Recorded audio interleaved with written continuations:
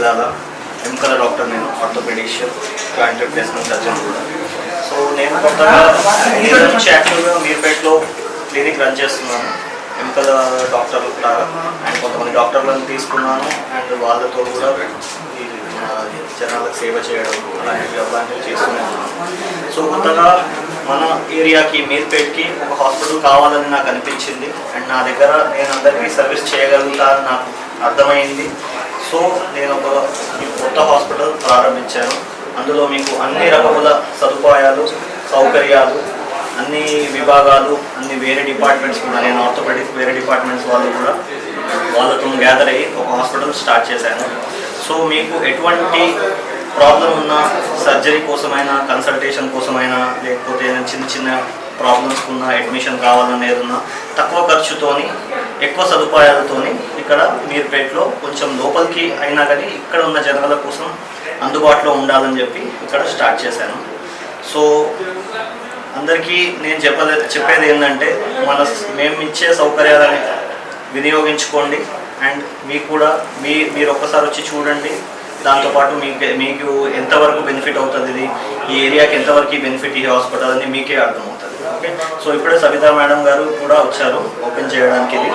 So madam కూడా చూశారు, madam కూడా చాలా బాగుందని చెప్పారు with all facilities. Okay. So నేను అందరికీ చెప్పేది ఏంటంటే ఒకసారి వచ్చి విజిట్ చేయండి, ఒకసారి వచ్చి కన్సల్టేషన్స్ తీసుకోండి. డాక్టర్స్ అందరూ అవైలబుల్ ఉన్నారు. అండ్ కొన్ని అవైలబుల్ లేని డాక్టర్స్ కూడా మీకు ఆన్ ప్రయర్ అపాయింట్మెంట్ మీద మీకు అపాయింట్మెంట్ ఇస్తాము. So finally thank you. 24/7 అందుబాటులో 24/7 అందుబాటులో. ఈ ప్రాంతంలో ఇక్కడ ఈ బ్రాంచ్ అయితే ఇది ఒకటే. ఫ్యూచర్లో దీన్ని బట్టి ఇంకో వేరే ఎక్కడైతే అవసరం ఉంటుందో, ఎక్కడైతే ఇట్లాంటి ఫెసిలిటీస్ నేను అందియాలని అనుకుంటాను అక్కడ నేను మళ్ళీ ఆరోగ్యశ్రీ ఫ్యూచర్లో మనకు పేషెంట్స్ బట్టి, ఇప్పుడు పేషెంట్స్ కొద్దిగా ఆరోగ్యశ్రీ కావాల్సిన వాళ్ళు వస్తే మనం వాళ్ళకి ఏదో ఒకటి అందించాలి. సో ఇప్పుడైతే వాళ్ళకి సీఎం రిలీఫ్ ఫండ్ కింద ఏదో ఒకటి సర్వీస్ మన దగ్గర నుంచి బిల్స్ ఇవ్వడం, లేకపోతే ఇంకేదో నేను చేస్తాను. ఫ్యూచర్లో వాళ్ళకి ఇట్లా పేషెంట్స్ ఎక్కువనే ఉంటున్నారు, వాళ్ళకి ఇబ్బంది అవుతుంది ఇట్లాంటివి అని అనుకుంటే నేను ఆరోగ్యశ్రీ కూడా అప్లై చేస్తాను. సర్జరీస్ కానీ, సూపర్ స్పెషాలిటీ కన్సల్టేషన్స్ కానీ ఆన్ కాల్, అంటే ఆన్ ప్రయర్ అపాయింట్మెంట్ తీసుకుంటాం. సార్ ఈ రోజుల్లో గడికి 10 హాస్పిటల్స్ ఉన్నాయి. మరి మన హాస్పిటల్కి పేషెంట్ రావాలంటే ప్రత్యేకత ఏముంది? ఈ హాస్పిటల్ ప్రత్యేకత ఏంటంటే ఫస్ట్ ఆఫ్ ఆల్ ఏంటంటే మీర్పేట్ ఏరియా యాక్చువల్గా నాది జిల్లు కూడా ప్రాపర్. మీర్పేట్ ఏరియాలో మనకి ఇప్పటివరకు ఒక పెద్ద హాస్పిటల్ కానీ, అంటే మనకు అందరు డాక్టర్స్ అందుబాటులో ఉండే హాస్పిటల్ కానీ ఏదీ లేదు. సో ఎక్కడ చూసినా మీకు almost single department or 2 departments 3 డిపార్ట్మెంట్సే ఉంటుంది. సో అట్లాంటిది ఏమైనా కావాలంటే దూరం వెళ్ళాల్సి వస్తుంది. యశోద లాంటి హాస్పిటల్స్ అట్లాంటి సరే అక్కడ ట్రీట్మెంట్ మంచిగా ఉంటుంది, దట్స్ ఓకే. కానీ దూరం వెళ్ళాల్సి వస్తుంది, పేషెంట్ అది ఇబ్బంది అవుతుంది.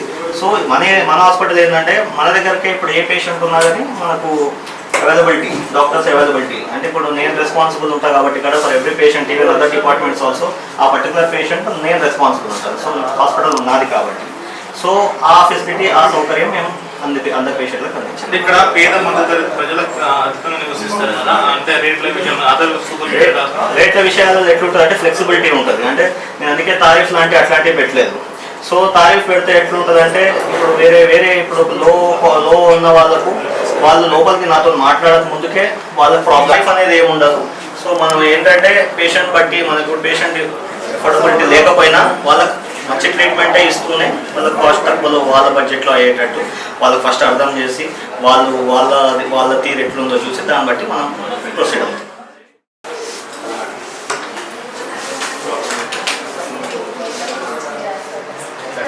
ఇక్కడ ఉంది కదా, సరే ఇది చెప్పండి. రైట్, ఇక్కడ చూడండి. ఓకే, ఇక్కడ చెప్పండి. కట్ అయితే ఎట్లా టైం పడుతుంది? ఒక 10 days వరకు, 5 days కష్టం అవుతుంది. సో ఈ టేర్లో 3 types ఉంటుంది. ఒకటి కంప్లీట్ టేర్ అవ్వడం, అది చాలా రేర్గా జరుగుతుంది. ఇంకోటి పార్షియల్ టేర్, సగం కట్లు అవ్వడం. ఇంకొకటి స్ప్రెయిన్, ఇప్పుడు ఇట్లా కొడితే వాస్తుంది చూడండి, అది స్ప్రెయిన్ అంటాం. అట్లాంటి స్ప్రెయిన్ కట్టారు కదా. మోస్ట్ కేసెస్ స్ప్రెయినే ఉంటుంది. So no tension. If all ఏమన్నా కంప్లీట్ టేర్ ఉంటే మనం ఏమన్నా చేయాల్సి వస్తుంది ఫ్యూచర్లో 1%.